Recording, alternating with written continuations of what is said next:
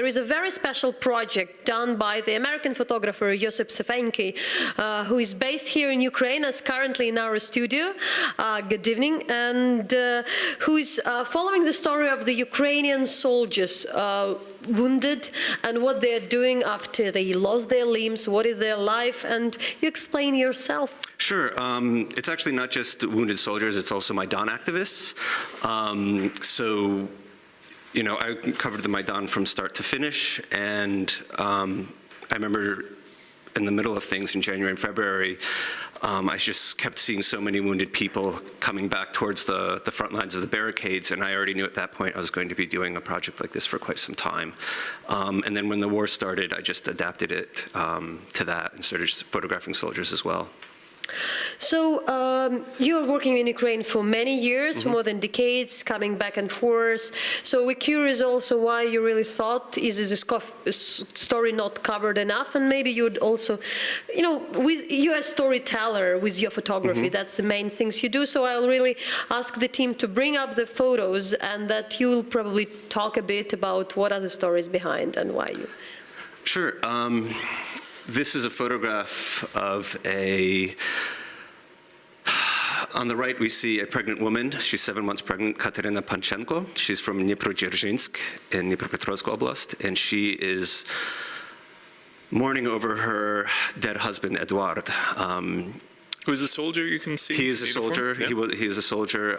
He was severely wounded in the Donetsk airport, and I met him and his wife at the military hospital while he was receiving treatment here in Kyiv. And I actually never made a photograph of him there, but this is the next time I saw him.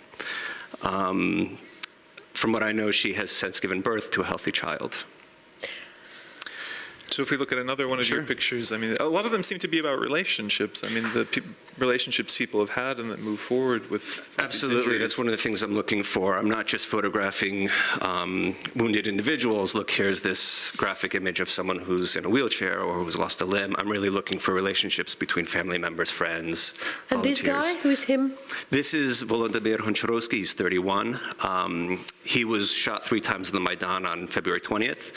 1 bullet went through his right arm, and 2 hit his back. 1 hit a Kevlar vest he was wearing, the other one passed through his lower spine.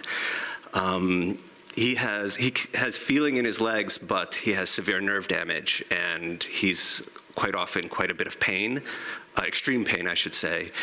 And you can see here, he's in a wheelchair. He and his wife are kissing in their home, and his legs are completely atrophied. You know, he's someone that I spent quite a bit of time with. And I mean, what is his life like? Because I mean, disability access is often quite difficult too. Absolutely difficult. That's something else this project goes into. Wheelchair access almost anywhere, if it's public buildings or apartments, hospitals even.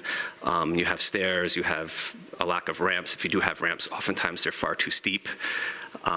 So, you know, the project goes into that quite a bit as well. Another challenge they're facing. Yeah, absolutely. Let's pull up another picture and we can keep going this way. So who are we looking at now?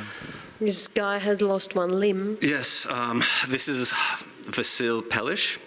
He's from Lviv Oblast. He was also on the Maidan, but he was severely wounded during the war. He had voluntarily So he went to the Maidan, to the war after the Maidan. Yes, he had been captured by separatists, and he had a tattoo on his arm that said Slava Ukraina, and they chopped his arm off with a hatchet. So I remember hearing about this story, and I thought this is something I haven't heard of happening here yet, and I had to go meet him. I mean, you talk to the guys like that afterwards. So in some photos you do, there is a little of optimism, but also some you kind of how some people, other people broken, or how it's in general your communication with these guys who've were alive, but no, I spend a lot of time speaking with them. I wouldn't describe them necessarily as broken. I find them to be extremely strong. They obviously have physical issues with pain. Some of them have psychological issues as well. But I feel that, you know, they're I'm photographing them at a time of vulnerability. They know that. I spend a lot of time speaking to them before I even make photographs, so they kind of are comfortable with me, I'm comfortable with them. It's very important for me that I know that they're comfortable with me as well. That's how I get this kind of very close access. Well, when you talk about intimate pictures, I mean, this would be another example of that. Yes, this is, again, Volodymyr Honcharovsky, who was wounded on the Maidan. Here we see his scars from operations as well as from being wounded. And this is his wife, this is his mother, Ludmila, just massaging his back at home. I mean, I think part of what's so powerful about it, when we talk about injuries, I mean, there are often things that people hide. That, you know, when you're injured, when you have these marks, scars, it's not something people share. And when that's exactly what you're going for. That is one very strong and powerful image, yeah. So is it also a soldier or This is a soldier. It's actually one of my favorite images. This is Taras Mokhlyak. He's reminds me of the Pieta, it looks like. Pardon? The Pieta, if you know, when the Virgin Mary is holding Jesus taken off the cross. It does have, I feel like this image and a few others do have these kind of religious qualities to them. I spent a lot of time actually with his mother, more so than actually speaking with him, and I took a few pictures of him over several weeks, and this was the day before he was actually sent to Germany for medical care. And a very close friend of his was holding his hands, and he, I think, just finally felt comfortable that he was going to finally be getting some proper care, or better care, I should say. And I think it's one of the most powerful images I've made so far, yes. And you speak about, you photo a lot in the hospital, so in general, what are the conditions and what is special? Because we know the hospitals are often poor in Ukraine, but there is particular attention to these wounded, as we know, with volunteers, with the doctors, and what is your feeling? My feeling is that things could be a lot better. I think that hospitals and doctors do as much as they can with what they have. Without the volunteers, I think things would be a lot worse. I think they play a very, very large role in making sure that these guys get better care. Yep, and then you can see we have few more. So there is, what I understand, helping the soldier who can't walk. No, this is actually a Maidan activist. Another Maidan. Yeah, this is a Maidan activist. Artem Zapotocki is a lawyer.